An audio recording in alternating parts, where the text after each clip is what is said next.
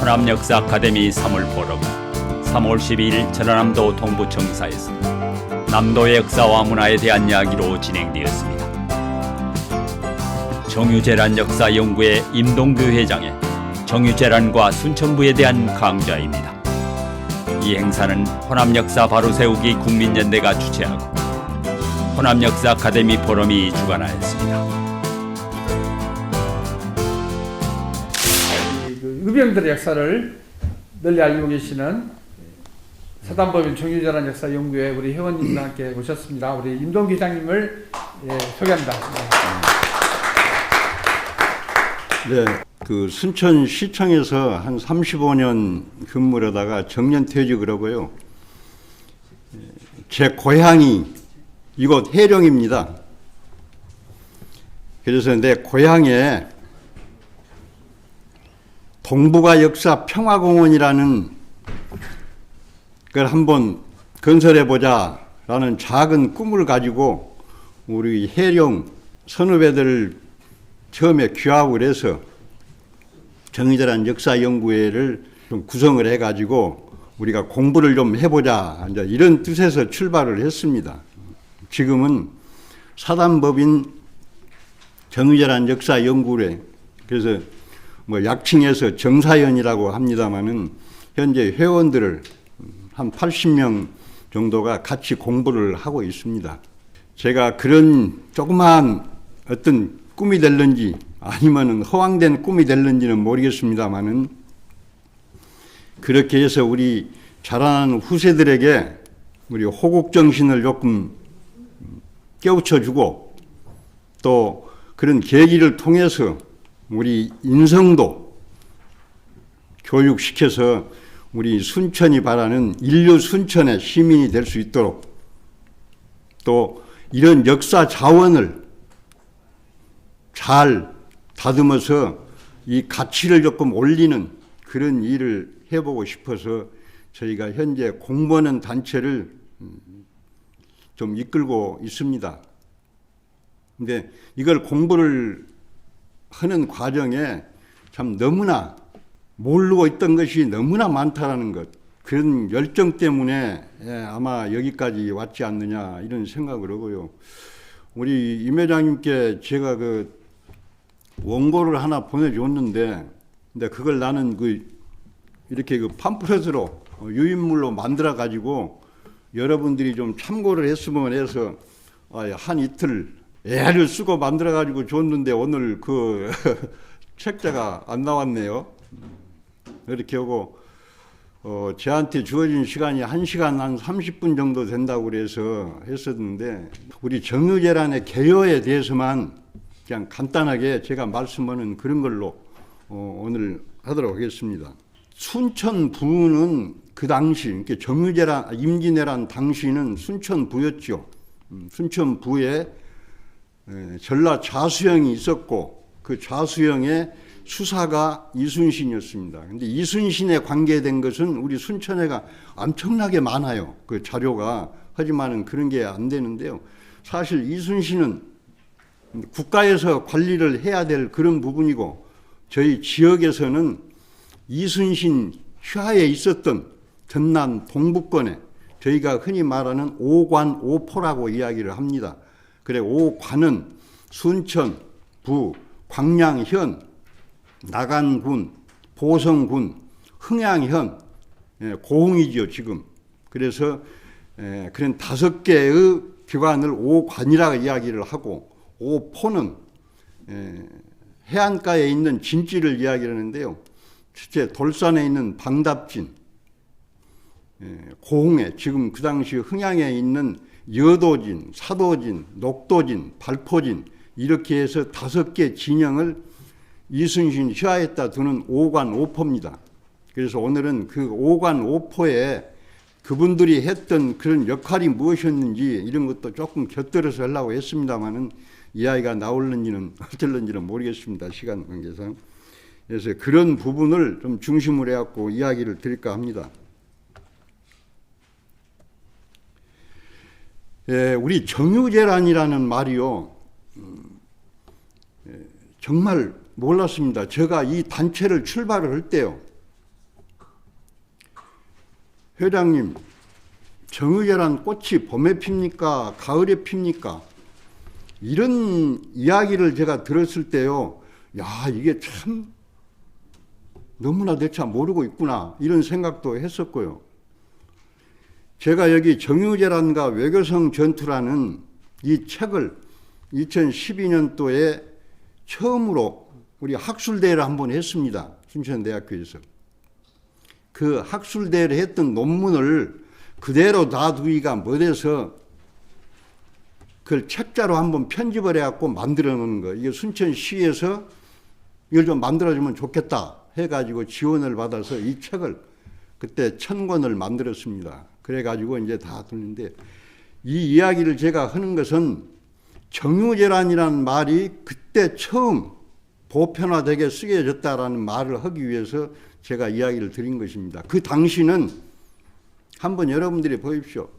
임진왜란과 진주성 전투, 임진왜란과 남원성 전투, 임진왜란과 한산대첩, 모든 게 앞부분에가 임진왜란이라는 용어가 들어가고 명칭이 들어가고 그 다음에 어떤 단위 전투가 들어가는 것이 통상화 그렇게 해졌습니다. 그래서 이때 정유재란과 외교성 전투, 정유재란이라는 제목을 꺼내는데도 상당히 조금 어려움은 있었습니다. 교수들하고 마찰도 있었고 이렇게 했는데요. 그래서 그런 부분을 했었고, 옆에 있는 정유재란사는 2018년도 무술년입니다.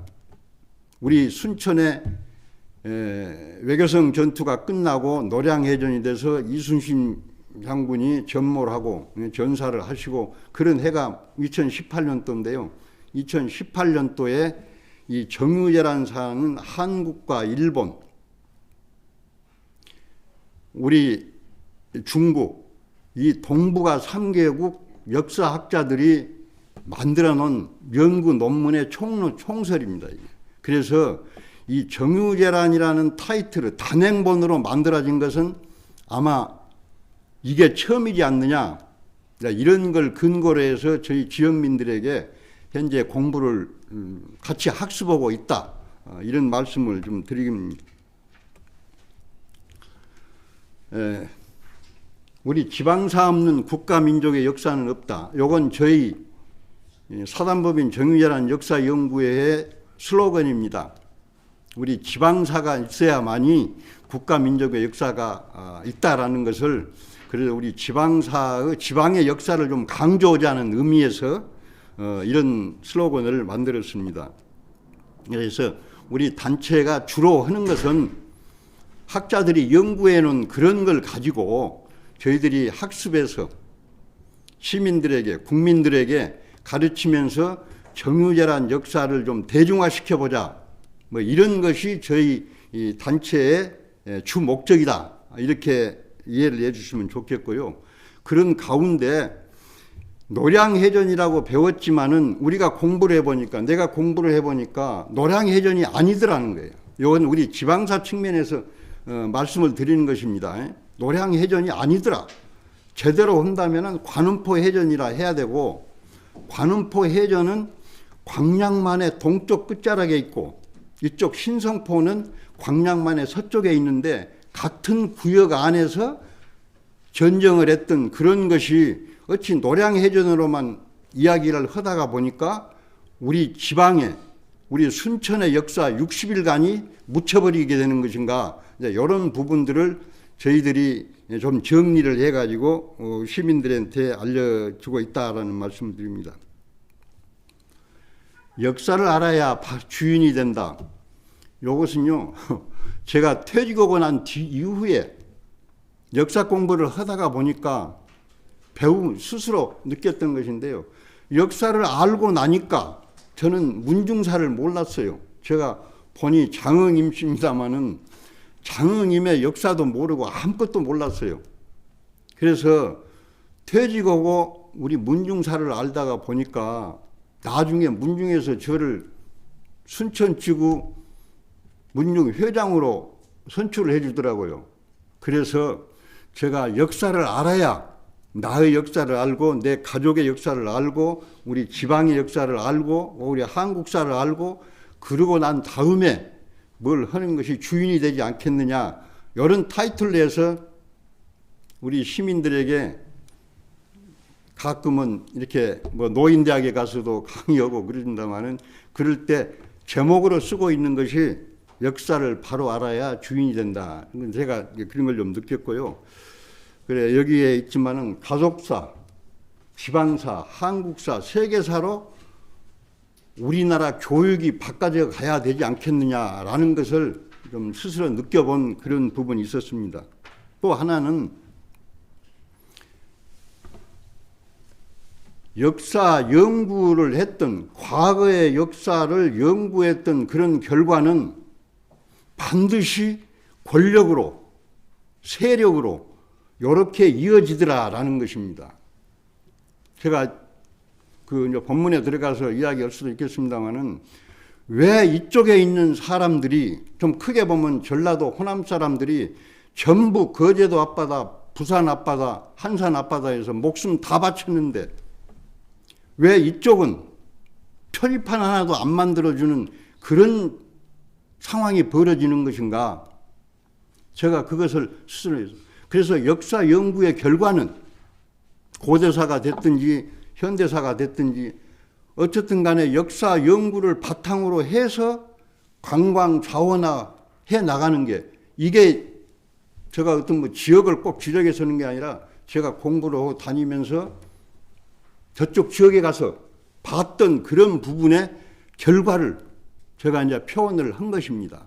왜 우리는 이렇게 정유재란이라는 네 글자를 모르고 있는가? 아까도 이야기했지만은 정유재란과 외교성 전투라는 책을 하나 만들어 가지고요, 우리 순천 출신이 그때 전라남 도청 관광과장을 하고 있었습니다. 제가 찾아갔습니다. 가서 이야기를 하면서 이 책을 주면서 우리 순천에 이런 역사가 있으니까 관광 자원을 한번 해서 참고를 해달라, 이렇게 이야기를 하니까 그 과장님이 선배 공무원이 왔다고 다 계장들, 팀장님 불러가지고 이렇게 이제 회의자석에서 이야기를 하는데요. 제가 깜짝 놀란 게 하나 있어요. 명랑 축제를 9월 7일 날인가 하게 됩니다. 우리 전라남도에 명랑 축제를 하고 있는데 같이 이야기를 듣던 그 직원 한 분이 명랑해전이 정유재란 때 일어나가지고 이리저리 하고 뭘 어쩌고 이제 이렇게 이야기를 해 나가는데 딱 그저 그런 거예요. 아닙니다, 그게. 명랑해전은 임진왜란 때 일어났습니다. 정유재란은 아니고 임진왜란 때 이야기를 했다고 그래요. 그래서 누구냐고 물어보니까 명랑해전 축제 담당자다고 그러더만. 예? 근데 내가 깜짝 놀랐습니다. 아이고, 이런 정도로 이렇게 해서는 되겠냐 싶어서 더 이상 이야기하면은 내가, 그 틀린 말은 아니죠. 임진왜란에 일어났다라는 말이 틀린 말은 아닌데, 정유재란은 그것은 아니었다. 그래서 제가 이런 정도 된다면은 정말로 열심히 해서 우리 전남 도민들에게 이런 걸 알려주면 좋겠다, 이런 생각도 한번 해봤습니다. 자, 임진왜란을요 크게 나누면은 뭐 잘 아시겠지만은 임진왜란이 1년 3개월 정도의 싸움이에요. 진주성 2차 전투가 끝날 때 끝납니다. 그때 명나라에 지어놨던 명나라 군사도 다 본국으로 돌아가고 끝나고 한 4년간의 강화회담이 일어나는데요. 그 강화회담이 결렬이 되면서 끝나게 되면서 정유재란이 일어나게 됩니다. 그래서 우리가 큰 틀로 본다면은 이 세 개로 나눠지는데, 그게 보면 그래요. 뭐 이거 다 설명할 수는 없는 것이고요.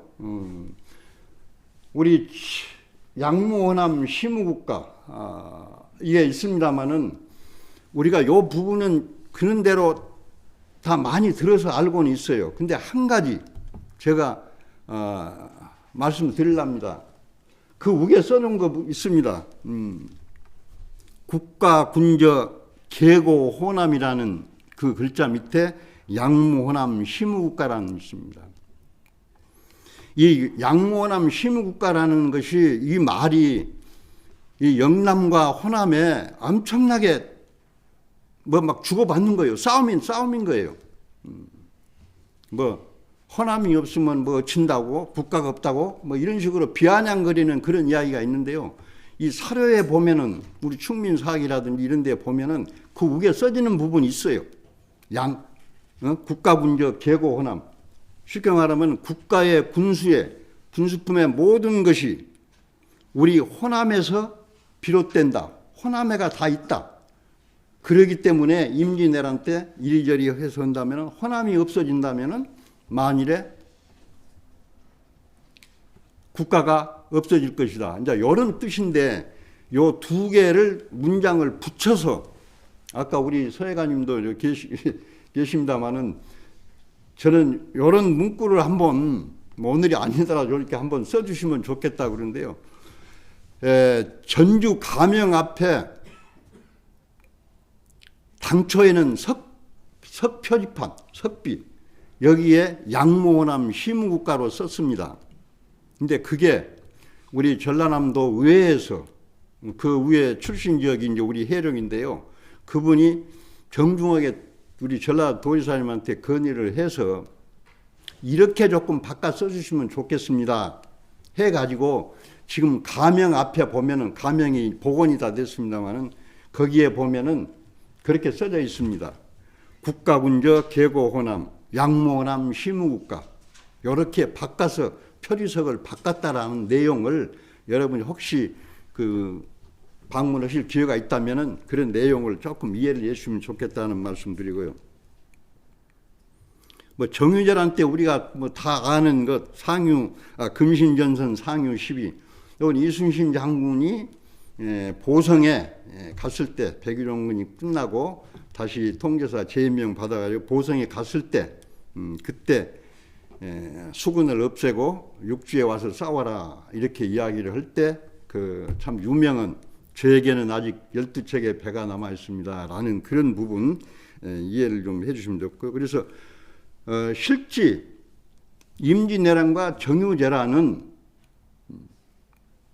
전부 합해 보면은 정유재란 1년 4개월 정도 됩니다. 그 다음에 임진왜란이 1년 2개월 남짓되는데 1년 3개월 남는. 그래서 2년 6개월 정도의 전쟁이 7년 전쟁으로 그렇게 들어가는 것이에요. 그래서 그런 부분을 기본적으로 좀 이해를 해 주시고 우리나라의 교과서는 학제, 공교육에서 가르치는 교과서를 다 보더라도 지도 임진왜란 7년 전쟁도는 저렇게 됩니다.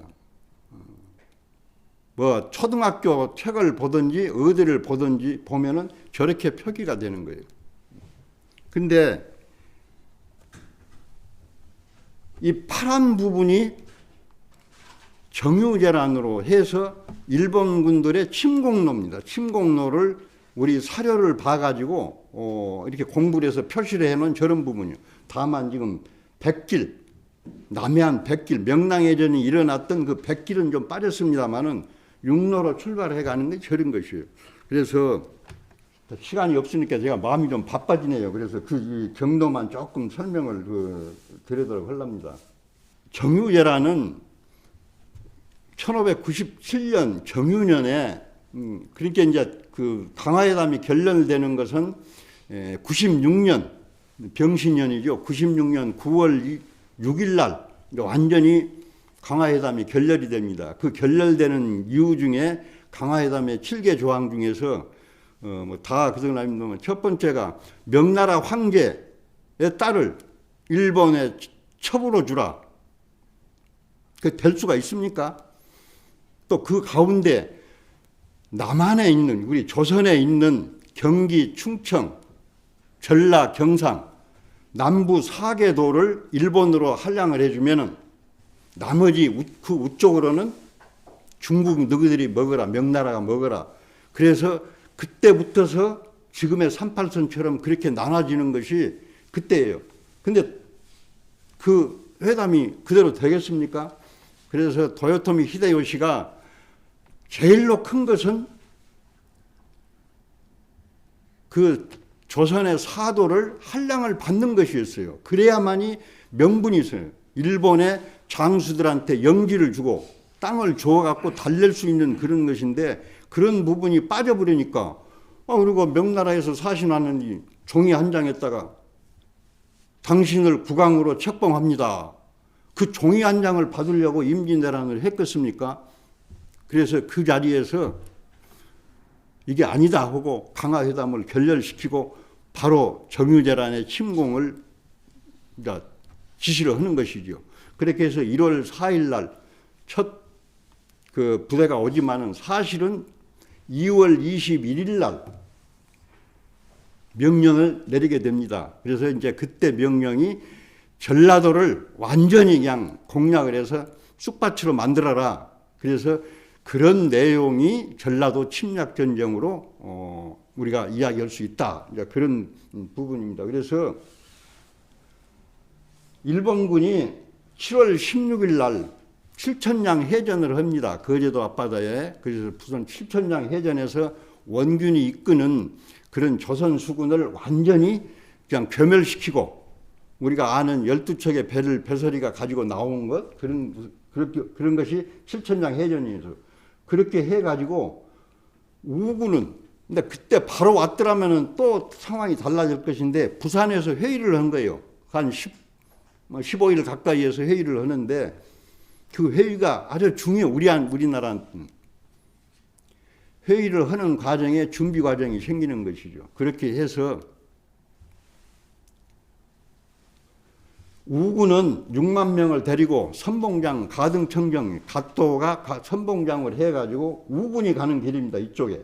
이쪽 우군이 가는 길이고 어디서 만나기로 전주성에서 만나자. 그래서 좌군은 권희씨 육기낙하 소서행정이 선봉장이 돼가지고 이쪽으로 해서 하동 구례로 해가지고 구례 섭주관 전투 남원성 8월 13일부터 16일까지 그때 남원성에는 명나라에서 남원성이 함락되면 서울이 위험하니까 남원성을 지키기 위해서 명나라 군사 3,000명을 가지고 양원이라는 그 장수가 남원성을 지켜요. 지키는데 그때 우리나라는 그 청야 정책이라 그래가지고 청야 전략이라 그래가지고 모든 뭐 음식 같은 것을 이 산속으로 빼돌리는데 남원의 교롱산성으로 가도록 그렇게 했는데 양원이 내려와서 알지도 못한 사람이 지휘권을 갖고 있었기 때문에 그러죠. 그런 사람이 와가지고 그게 아니다 남원성을 하자 그래가지고 평기의 성 남원성을 보강해가지고 거기 3,000명 명나라 군사 우리나라 관군들 해봐야 700명 그 다음에 의병들 700명 토탈 해가지고 5,000명 미만 나머지는 일반인들이죠. 그 남원성을 3일간에 완전히 공략을 해가지고 근데 전주성을 지키고 있던 우리나라 장수 박경신이라고 한가요? 명나라의 진우충 여기 2,000명 병사를 잡고 전주성을 지키면서 남원성이 위험하면 지원을 좀 해줘라라는 명령을 받았지만은 안 하고 다 도망가 버리는 거예요. 그래서 전주가 텅 비어버립니다. 텅 비어버려. 그렇게 해서 19일 날 전주로 가가지고 전주에서 우군하고 만나서 회의를 해서 작전을 짜는데요. 우군은 한양으로 올라가고 좌군은 다시 돌아서 전라도를 재점령을 하는데 내려오는 길에 정읍에서 회의를 하게 됩니다. 그때 장수 너는 목포를 너는 나주를 너는 순천을 이렇게 정해가지고 완전히 전라도가 일본의 수중에 들어가는 거죠. 육상에서는. 그렇게 하면서 이제 그때 제일로 일어나는 우리가 잘 아는 코백이 그 코를 가지고 전공을 시켰던 그런 코백이 작전을 해서 그 정읍에서 회의를 했던 그것이 전라도를 완전히 장악하게 했다라고 하는데요. 우군이 올라가다가 경기도 직선, 그러니까 이때만 하더라도 행적이 다 도망가 버리고 없으니까 텅 비어서 연락이 안 되죠. 그렇게 했는데 우군, 가토가 이끈 그 우군이 경기도 직산에 올라가서 명나라의 그 장소곳 거기서 전투가 벌어지는데요. 직산 전투가 일본군들이 깨집니다. 거기서 깨져가지고 후퇴를 하게 돼요. 그것이 1597년 9월 7일 정도 됩니다. 9월 7일. 9월 16일 날 바다로 육군이 다 점령을 하니까 이제 군수품이 바다로 올라가야지 돼요. 수륙 병긴 작전으로 해서. 그런데 9월 16일 날 명랑에서 이순신이 명랑에서 백기를 다 맞춥니다. 명랑해전으로. 그러니까 육지에서 직산이 패배되고 바다에서는 명랑해전이 패배가 되고, 그래서 일본군들이 패배하는 일본군은 후퇴를 해가지고 어디로 갔느냐. 울산성으로 일부가 가토는 우군은 일부 울산성으로 들어가고요. 또 일부는 사천성으로 들어가고, 그 다음에 일부는 우리 순천 외성으로 들어가요. 이 3개 성에 나눠가지고 일본군들이 이제 거점으로 잡고 있는 그런 상황이 이제 전개가 됩니다. 그래서 일본군의 정유절한 침공은 그런 정도로 우리가 이해를 해 주시고요.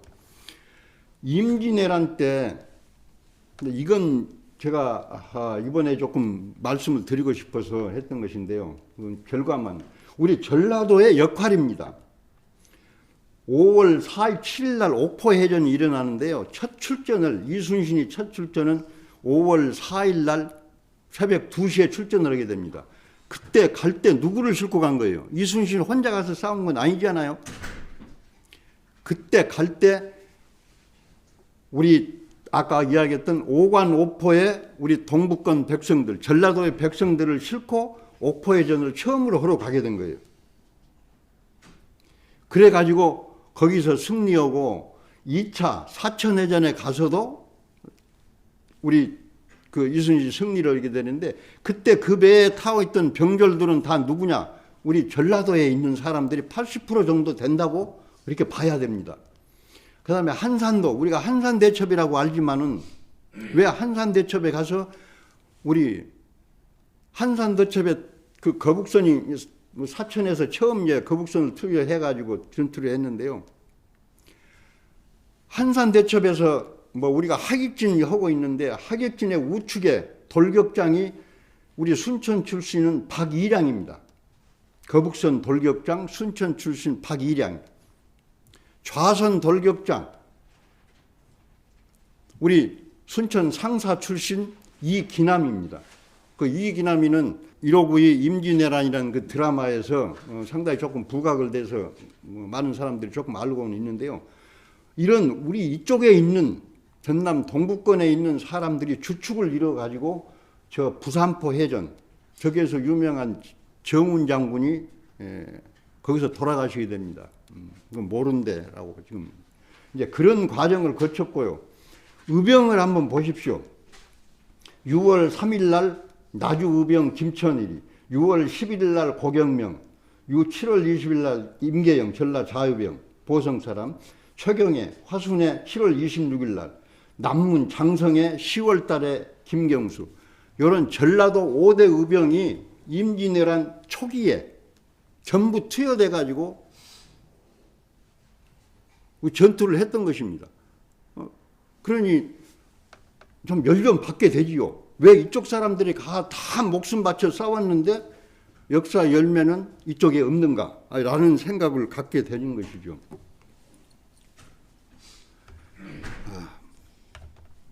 하여간 그렇게 해서 인적 자원도 갖고 또 선조에 올린 전라 자수사 이걸로 가름을 하랍니다만은 쭉 흉적들이 다 있지만은 오직 호남만이 하늘의 도움을 받아 온전하게 보존되어 국가의 근본이 되었으면 나라를 지키고 국력을 회복하는 일들이 모두 이 호남에서 이루어져야 합니다. 이렇게 긴 장계를 쭉 올리는 거예요. 그래서 이쪽 호남의 실정이 임진왜란 때 비록 전쟁은 안 했지만은 저쪽 지도를 한번 보십시오. 전쟁은 안 했지만은 남는 부분이 호남 전라도만 남습니다. 인적 물적이 전쟁은 안 했지만은 그래요. 이순신이 12월 달 장계입니다. 임진왜란이 일어난 12월 달에 전라도가 팔도 가운데 유일하게 보존되었다고는 하나 관군 징발, 군량 운반, 이런 고통, 전쟁 준비를 위한 인력과 물력의 동원 기지가 된 전라도는 침략을 직접 당한 지역 못지않게 전쟁보다 더 심한 고초를 당하고 있다. 이제 이런 장계가 올라갑니다. 이게 한마디로 임진왜란 때 우리 전라도는 전쟁을 하지는 않았지만은 모든 인적 물적 자원이 전부 다 넘어갔다. 그래서 이쪽에는 사실 먹을 것이 없는 정도가 됐는데 정유재란이 1597년 2월 21일 날 주인장에 이렇게 빨간 종이에다가 빨간 글씨로 그 우리 인주밥이라 그러죠. 그런 글씨로 쓰는 게 주인장이라고 합니다. 전라도를 남김없이 모두 쳐부순 다음 충청도와 그 밖의 지역에 대해서는 할 수 있는 대로 공략을 하라. 요게 우리 전라도 침략을 하게 되는 주 목적이에요. 전라도 침략. 그래서 이것을 전라도 침략 전쟁이라고 그렇게 이야기를 한다. 우리가 저쪽에 지금까지 한국사에서 해놓은 해전이라든지 이런 걸 쭉 보면요, 전부 다 하고 있는 게 저쪽 지역에 예를 들어서 한다면 칠천량, 노량해전 뭐 이렇게 하고 있는데 사실 전라도에도 해전이 많이 있었어요. 근데 그게 이제 공교육상으로는 표시가 안 되니까 우리 국민들은 잘 모르지요. 그래서 크고 적은 것을 전부 다 해놓고 본다면은 우리 전라도에도 많이 있었는데 다만 임진왜란 때는 전라도에 인적 물적 자원이 많이 갔었는데 정유재란 때는 우리가 도움받았다고 하는 것 어디 하나로 들어본 적 있습니까? 정말 없습니다.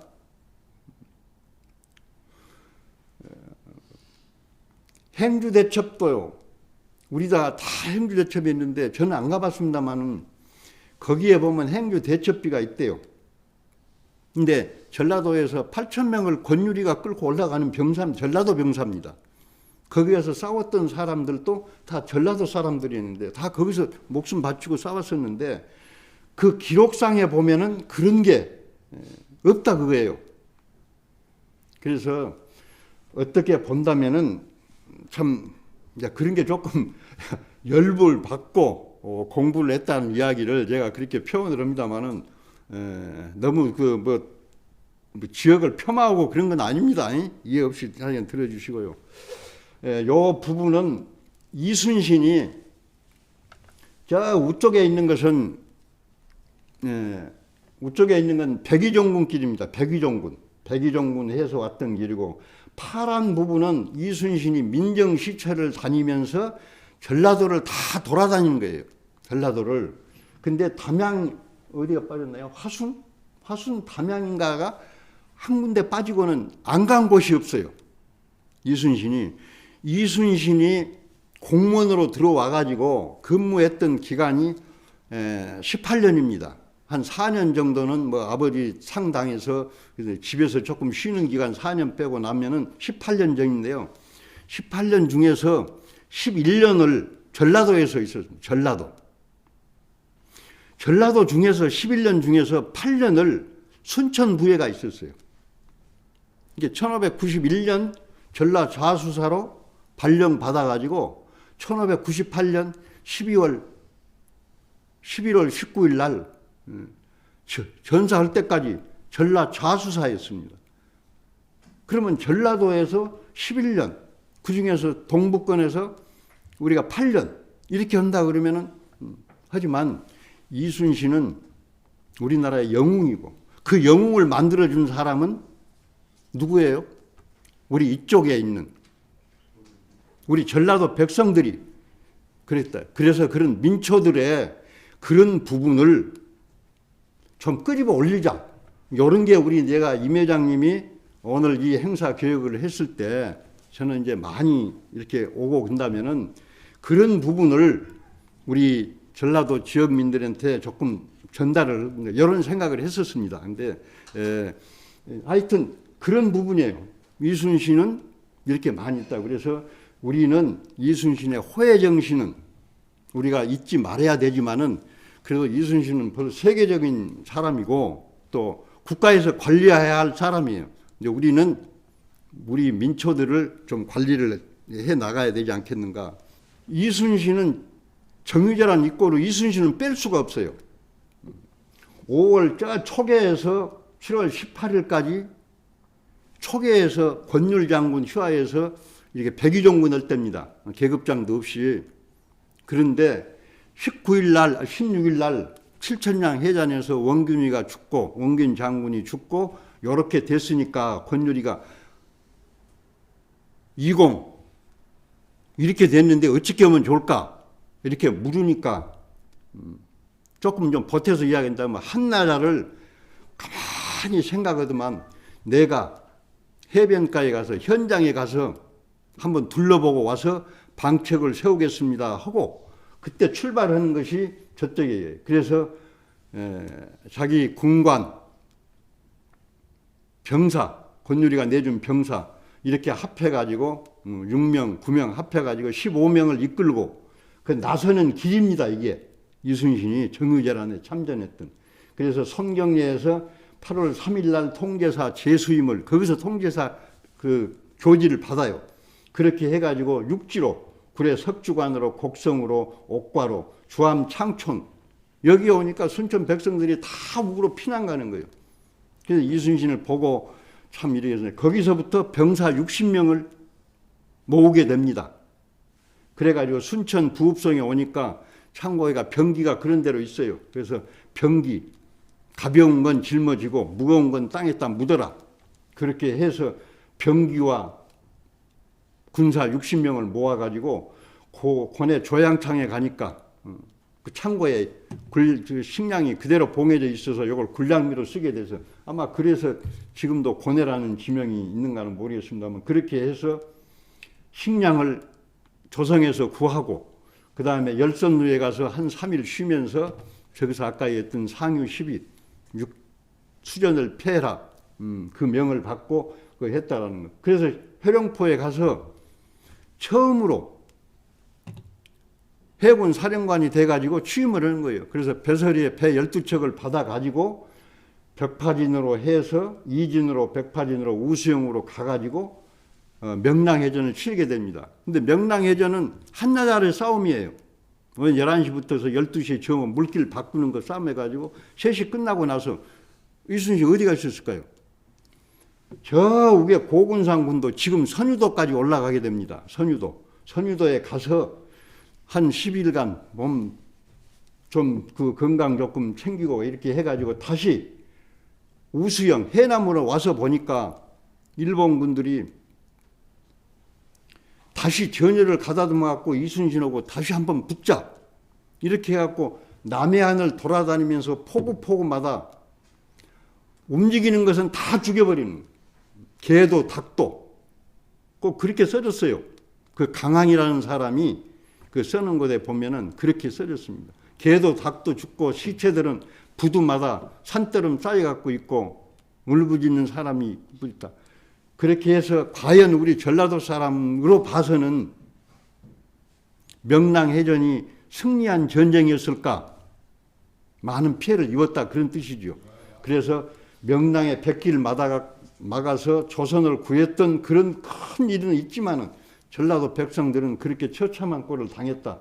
그래서 이순신이 해남 우선이가 있을 수가 없어요. 그래서 다시 돌아가니까 고하도로 갑니다. 고하도에서 한 100일 정도 있으면서 전선 한 40척 거기서 만들고 군량미 확보하고 이렇게 해가지고 봄이 되니까 왜구들이 이제 점차 서부 쪽에서 동부권으로 옮기는 거예요. 고니시가 있는 순천 외성 쪽으로. 그렇게 해서 나간 보성 이런 데서 왜군들이 날치고 있으니까 안 되겠다 싶어가지고 이제 그런 이유 중에 하나겠죠. 그렇게 해서 완도 고금도로 1598년 2월 17일 날 진을 옮깁니다. 고금도에. 그래서 고금도에서 있으니까 7월 16일 날 명나라 진린이 500척의 군사 5,000명, 8,000명이 말도 있고 군사를 이끌고 와서 이순신이 그때 지휘권을 명나라하고 그 조명 연합군이 편성이 되는 것이죠. 그렇게 해가지고 마지막 우리 완도 고금도 그 덕동이라는 곳이 완도 덕동이라는 곳에 이순신, 그다음 묘량도에 명나라 수군. 그 덕동에 알고 보니까 우리 도지사님 그 출신지더라고요. 덕동 마을이. 근데 덕동 마을이 삼소 통제영. 우리가 통제영 하면은 한국사에서 배웠던 거에 한산 통제영 밖에는 몰라요. 근데 통제영이 여수 통제영. 여수 통제영은 지금도 경상도하고 다투고 있습니다. 왜 그러냐? 최초의 삼도수군 통제영이 한산도다. 아니다. 여수다. 이렇게 해갖고 지금도 다투고 있어요. 여러분 한번 생각해 보세요. 이순신의 정식 명칭이 삼도 수군 통제사 겸 전라 자수사입니다. 겸직을 하고 있잖아요. 겸직한 사람이 적어가니까 여수서는 뭔 소리냐? 이순신이 한산도로 파견 나간 것이다. 근데 뭔 그거가 그냥 말이 아니다. 그러고 그렇게 좀 지금도 그러고 있어요. 그런데 한산도뿐만이 아니에요. 여수, 한산도. 또 어디예요?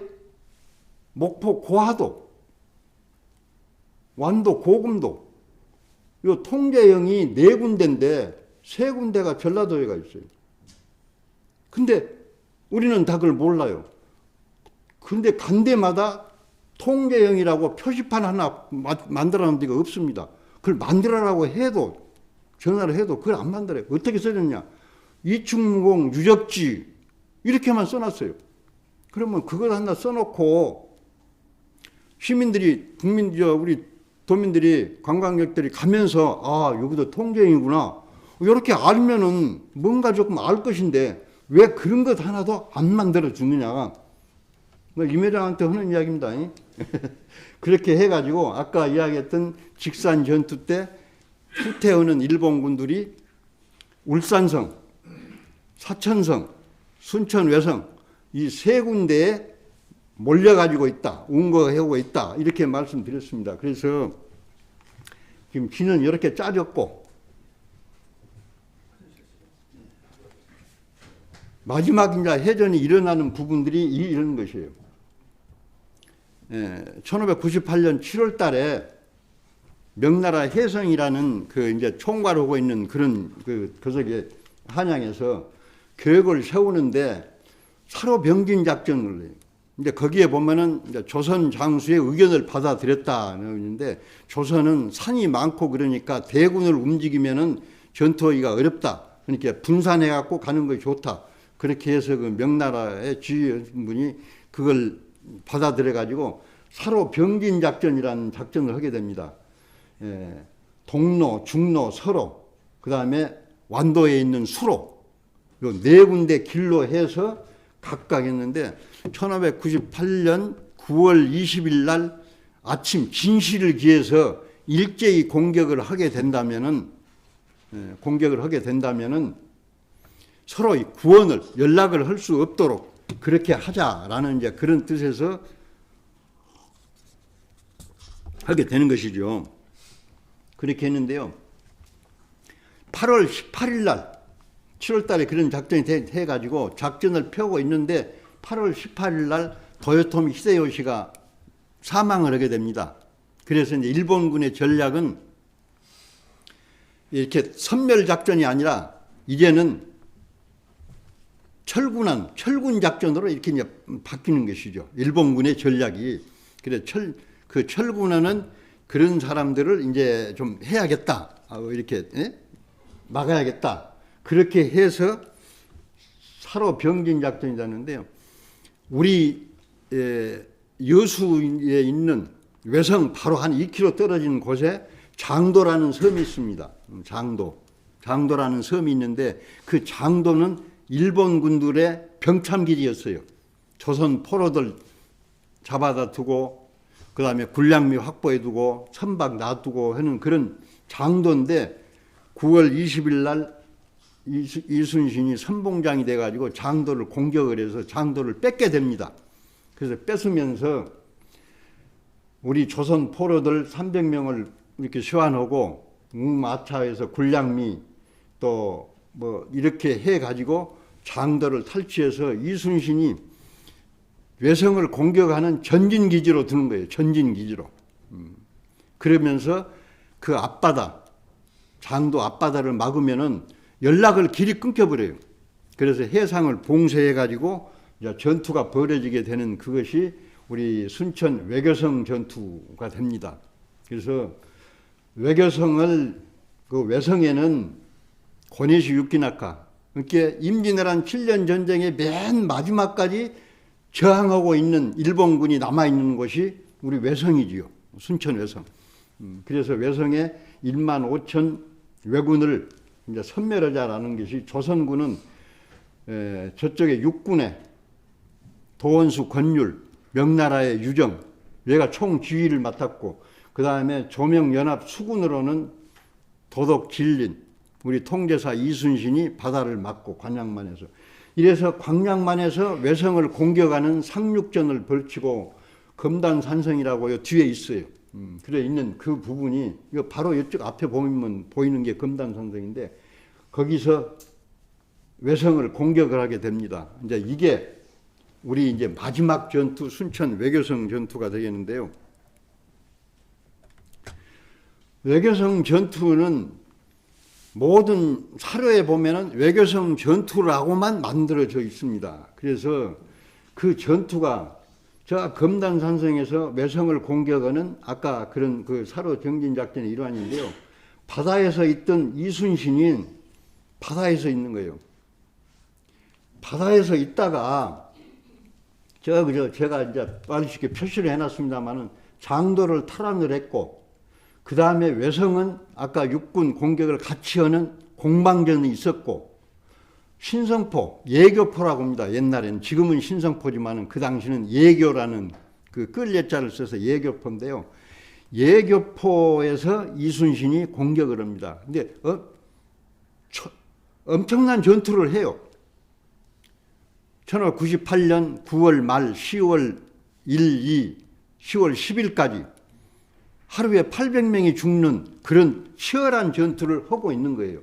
그런데 우리 한국사에서 배울 때는 노량해전만이 갑니다. 이 부분은 의도로 가버리고 없고, 노량해전만.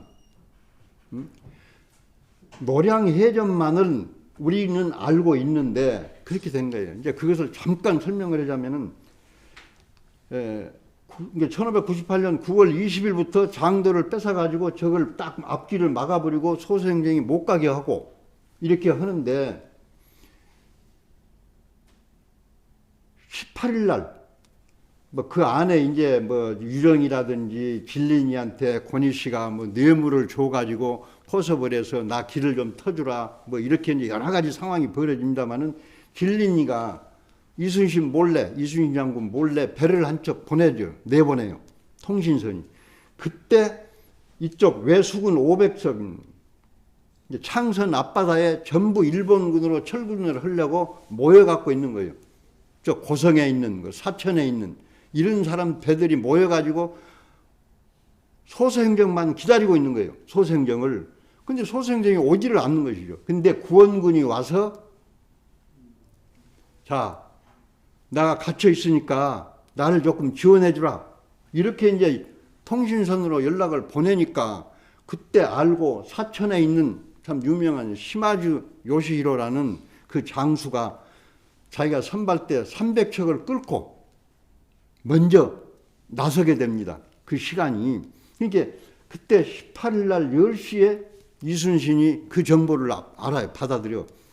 근데 여가 있으면은 저쪽에서 오는 구원군, 이쪽에서 있는 외성, 권희 씨가 공격하는 배와 등에서 양쪽에서 공격을 받으면은 불리하다라는 판단하에 이순신은 이쪽 밑으로 해가지고, 이순신이 선봉이 돼가지고 관음포 앞에서 진을 치고 있고, 그 다음에 명나라는 등자룡 장수가 선봉이 돼가지고 하동 죽도에다가 진을 치고 양쪽에, 노량해협 양쪽에다가 대기를 하고 있는 것이죠. 이제 그때 우리가 말하는 이순신이 하늘의 빌기를, 정한수 머리 감고 하늘의 빌기를 어떻게 해주라. 그래서 이제 우리가 이 외적만 없으면은 이 한 몸 죽어도 여한이 없습니다라는 그 유명한 말을 남기는 게 지금도 가서 사방대 보면 써놓은 부분이 뭐 차수약제 또 뭐 그런 문구가 이제 있습니다. 그래서 그렇게 하다가 새벽 2시경에 저쪽에서 해협을 통해 가지고 노량목을 지나서 오는 하동 입구에 들어와 가지고 있던 그 전투가 저기서 처음에 벌어지게 됩니다. 지휘권은 명나라 장수가 가지고 있었기 때문에 공격 명령은 그쪽에서 내려 가지고 시작이 되는데요. 그때 그 전투는 이어서 바람이 북서풍을 불게 되니까 관음포 쪽으로 이렇게 이제 밀리는 거예요. 그래서 실제 전투는 관음포 앞바다에서 이루어지고 또 왜군들은 좀 전세에 몰려가지고 관음포가 떨어져 있는 바다인지 알고 관음포로 들어갔다가 거기가 막혀 있으니까 다시 돌다 보니까 혼선이 일어나가지고 뭐 이렇게 해서 했다. 그래서 이제 이순신이 거기서 이제 총을 맞고 전사를 하게 되는데 그 전사 지역은 어딘지 확실하게 모르는데 관음포 앞바다 어디다라고 해서 2014년인가요? 남해 그쪽에서 그 학술 세미나를 해가지고 확정한 장소는 모르지만은 관음포 앞바다쯤 될 것이다 해서 이제 부표를 세워놓고 이쯤 돼서 이순신이 돌아가셨다. 이렇게 해서 근데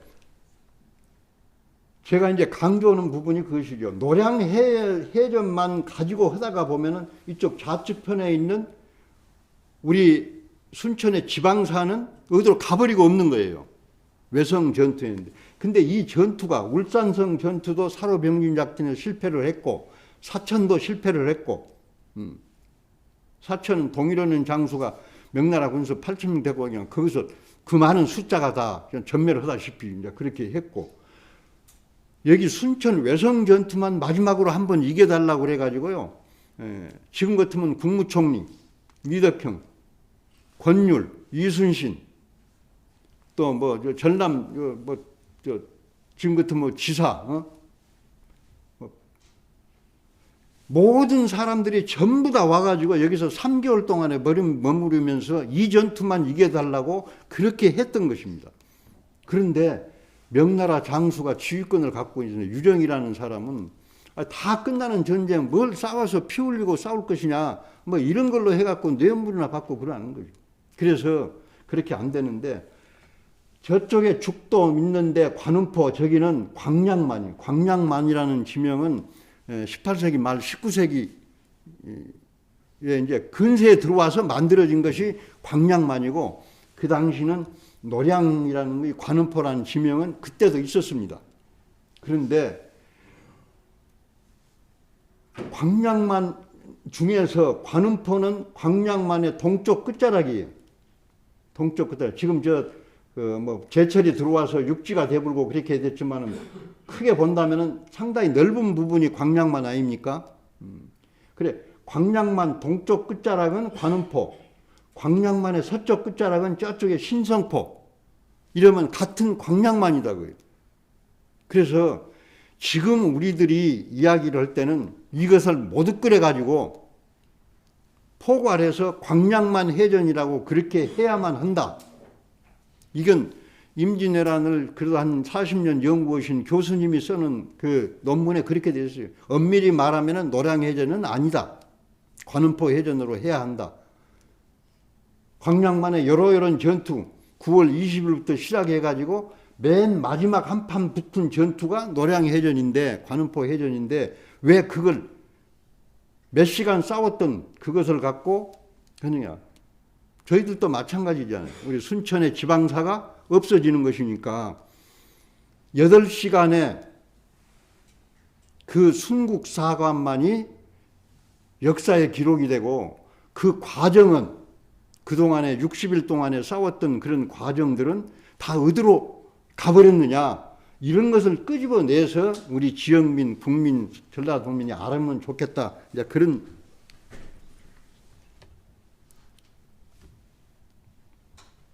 자, 이건 그냥 넘어가겠습니다. 자, 요게 그 당시에 우리 지금 외교성 전투의 모습을 이제 그려놨다는데 정외기공도라고 이렇게 이야기를 합니다. 임진정외도라고도 임진년에 일어난 그 전쟁을 정복했다. 이제 그런 뜻에서 임진정외도라고도 하고 정외기공도라고도 이렇게 했는데 다만 이게 같이 있다라고 하는 것이 지금의 모든 뭐 울산성 전투나 뭐 부산성 전투 같은 것은 그 후에 100년이 흘러고 난 이후에 다 그려진 그림이지만은 이것은 명나라의 종군 화가가 와가지고 그 당시에 그걸 그렸던 두루마리에다가 그렸던 그림이다 해서 그 역사적으로 좀 가치가 있다 이렇게 이야기를 하게 됩니다. 이게 이제 우리 외성입니다. 외성. 근데 지금은 다 도로가 나왔고 있지만 옛날에는 다 바다였겠죠. 그렇게 하고 이게 지금 외성의 지금의 모습이고요. 복원을 해놓은 그런 부분입니다. 저 우대가 1930년대에 있었던 일본군. 자 꼭대기에는 또 솟아 올라 있는 비석 하나가 있는데요. 저게 그 뒤에 우리나라 이제 점령 시기에 그때 일본 그 장수가 와가지고 점령하는 점성군이죠. 거기서 와서 우리 조상 권이시 육기나가 소서행정이 이 성을 쌓았다라는 그런 비석이에요. 그래서 저 비석도 지금 현재 저희들이 보관을 하고 있습니다. 그렇게 하고 밑에는인데요. 이 부분은 요게 이제 그 천수각 5천 그 5층으로 딱 만들어 놓은 이제 그런 그 부분의 밑에 대예요. 천수대. 이렇게 하고 자, 요게 장도입니다.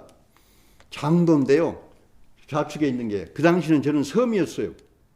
저는 섬이었는데 저 섬을 아까 이야기했던 이순신의 승전 유적지입니다. 저기가 저걸 탈환을 해가지고 우리 포로 군량비 이런 걸 다 꺼냈는데 저게 1992년도인가 전라남도에서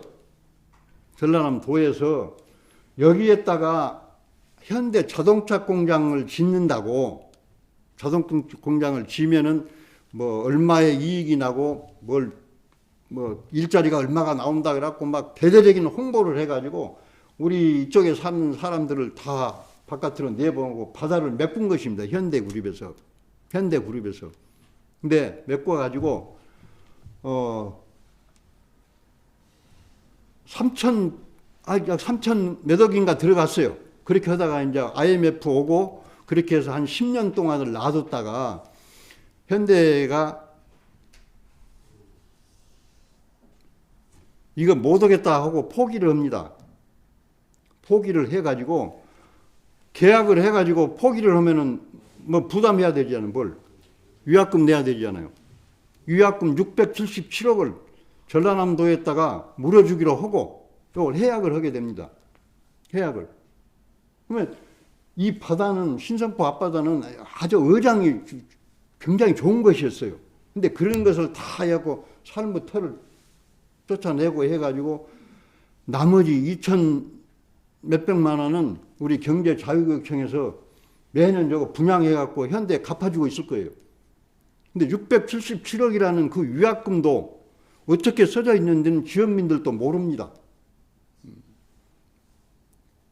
뭔가는 이 지역에 만들어서 저희가 이쪽 동부권에 그런 돈으로 문화연구원이라도 하나 만들어서 이런 역사를 조금 할 수 있도록 하자라고 해도 전혀 이런 기본적인 것을 모르기 때문에 이야기가 안 되는 거예요. 그래서 그렇다라는 것을 제가 말합니다. 그래서 현대 자동차 공장은 들어오지 못했고 율촌 산업단지로 바꿔가지고 지금도 이제 공장이 아까처럼 공장 서져가지고 이렇게 공장이 서져 있고 저 뒤에 부분이 장도가 반 49%인가 깎여 나가고 나머지 부분은 한 3년 전에 이순신 동상 하나 세워놨고요. 그때 전라남도가 약속을 할 때 저것도 이제 반대하는 것이 여수 시민, 순천 시민단체 이런 사람들이 전부 해가지고 장도 그 유적지를 없애면 안 된다.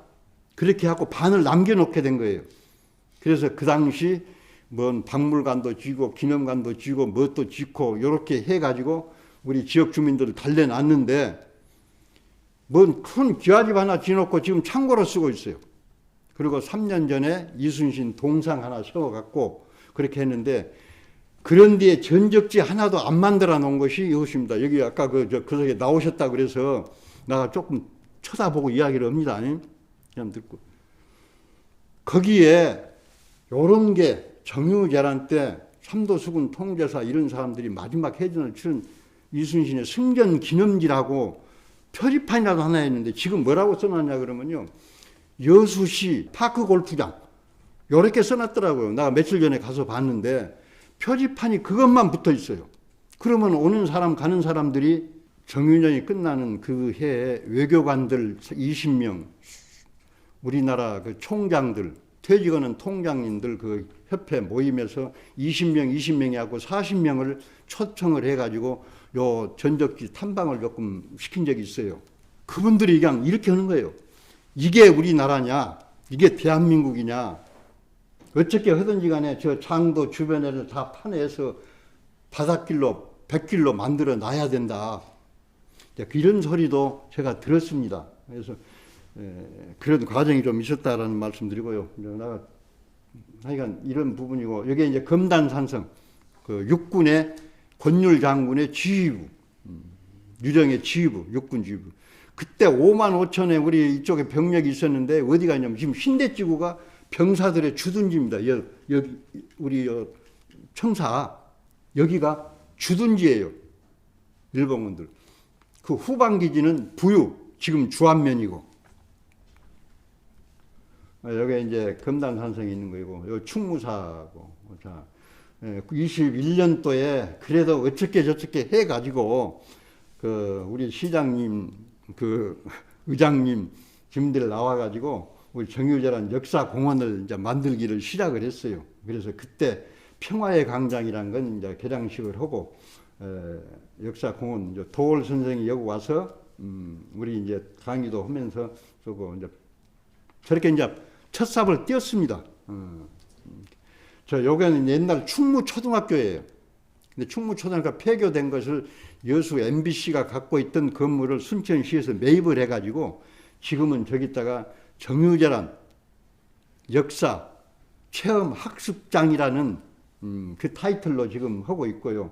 저기는 우리 전라도 민초들의 형상을 저렇게 만들어 놓고 뺑 둘러있는 판석에는 전국에 공모를 해가지고 1597개 판석에다가 자기들이 원하는 나는 동북아 평화를 원합니다. 이런 글을 새겨가지고 저걸 판석에다 깔아놓은 것이 있습니다. 예. 한 번씩 언제 밥 보시면 좋겠다라는 생각이 들고요. 앞으로 이렇게 만들어 가겠다라는 이거예요. 짧게 한다 해도 그냥 시간이 많이 가쁘네요. 10분만 더 주세요. 예. 그렇게 해서 정유재란 정말로 우리 흔적이 있기 때문에 이 자체가 없어져 버리는 그런 과거 역사가 아니라 현재 역사다. 이렇게 하고요. 삼광전쟁이라고 그래요. 정유재란. 오직 전라도 도민들만이 힘써서 이렇게 했지 저쪽 임진왜란 때처럼 모든 도움을 받아갖고 온 것이 아니라 순수한 우리 전라도 의병들 이쪽에 있던들 그런 사람들이 했던 전쟁인데 미친 전쟁이라고 그래요. 불태우고 죽이고 불태우고 약탈해가고 정유재란 때 뭐 도자기 뭐 이런 사람들 다 끄고 간 사람이 정유재란 때 더 많아요.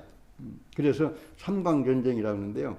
우리 전라도가 초토화되어 버리는 그런 거 우리가 그리고 그 다음에 한중일 3국이 7년 전쟁 중에서 유일하게 육상과 해상에서 같이 싸웠던 것은 7년 전쟁에 이곳 한 군데밖에 없어요. 딴 데는 없어요. 그래서 그런 유일한 전쟁이었다.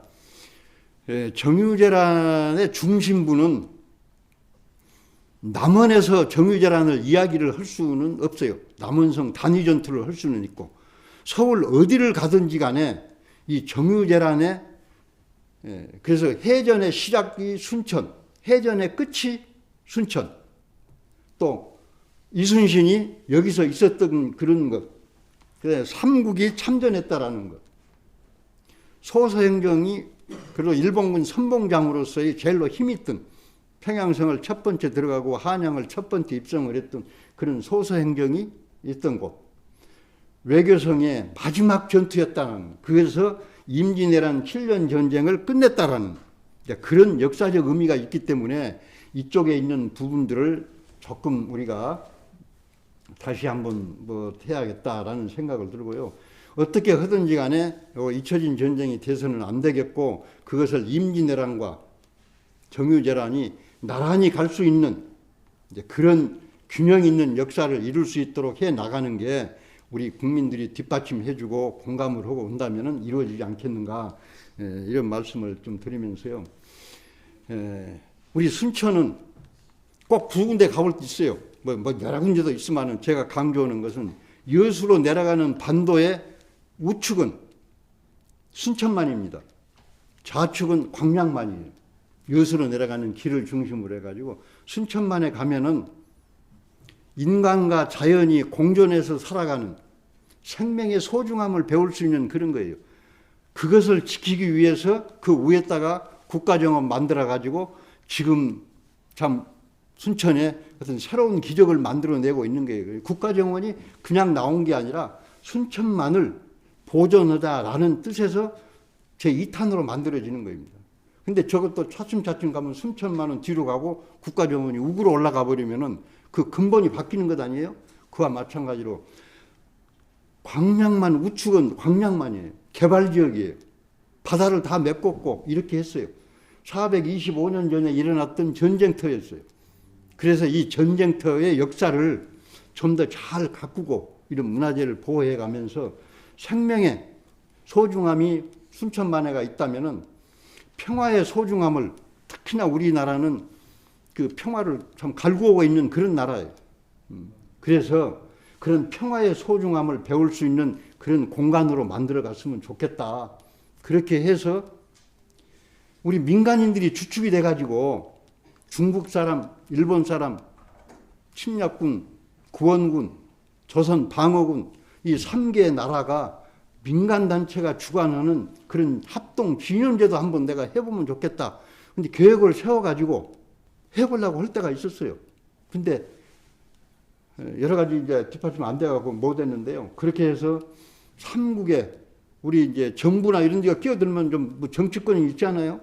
순수한 민간인들이 하다가 보면 전라도에 진도의 외덕산 뭐 많이 있잖아요. 지역별로 남원성, 남원 뭐 이런 것을 어울려서 하는 그런 뭐로 해가지고 합동 진원제도 한번 해보면 좋겠다라는 것이 저희 민간단체가 꿈꾸고 있는 것입니다. 그래서 아까 제가 처처 이야기했던 우리 동북아 역사 평화공원을 내 고향에 한번 만들어 보는 것이 적은 꿈이지만은 저희 소망이기도 하고 그렇습니다. 그렇게 하시고 마지막으로 정유재란 제가 마지막을 매듭을 한번 짓겠습니다.